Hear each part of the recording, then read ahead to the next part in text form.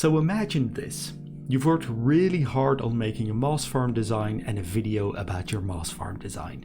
It runs all nice and smooth and generates a ton of bone meal for you, but then the same evening you upload your video, you come back to it and it's generating cobblestone, which isn't replaced by moss, breaking the entire farm.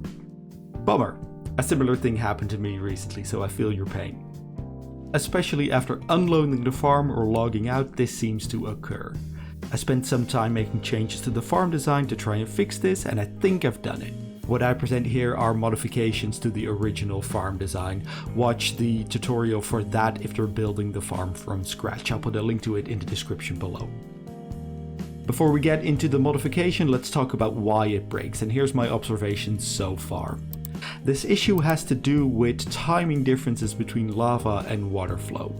Lava takes 30 game ticks or 1.5 seconds to flow 1 block, while water generates 20 game ticks or 1 second to flow 4 blocks. With that in mind, in normal operation with the source blocks where they are, this won't ever be a problem, and we see that as well. It's working fine when you turn it off as long as you keep the farm loaded.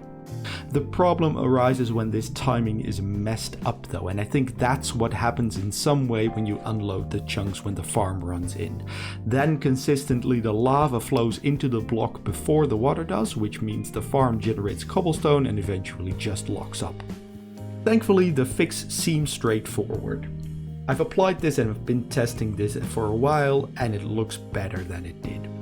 We're going to basically invert the pistons that push the stone inwards and keep them out of the way long enough for lava to flow on top of the water by slowing the clock down slightly. The redstone changes then first happen in the corners of the farm, where you placed some blocks on top of each other with some redstone torches in between. To adjust the farm design, just keep the bottom 2 blocks as they are, including the torch that is between them, and remove the rest of the blocks and redstone torches that's in the corner. Reduce the delay of the repeaters for the bottom 2 pistons to 2 ticks and run a redstone line up to the top pistons. You see the two situations compared here. With that, you should be able to figure out how to get that into your farm and just repeat the same thing in the other corner.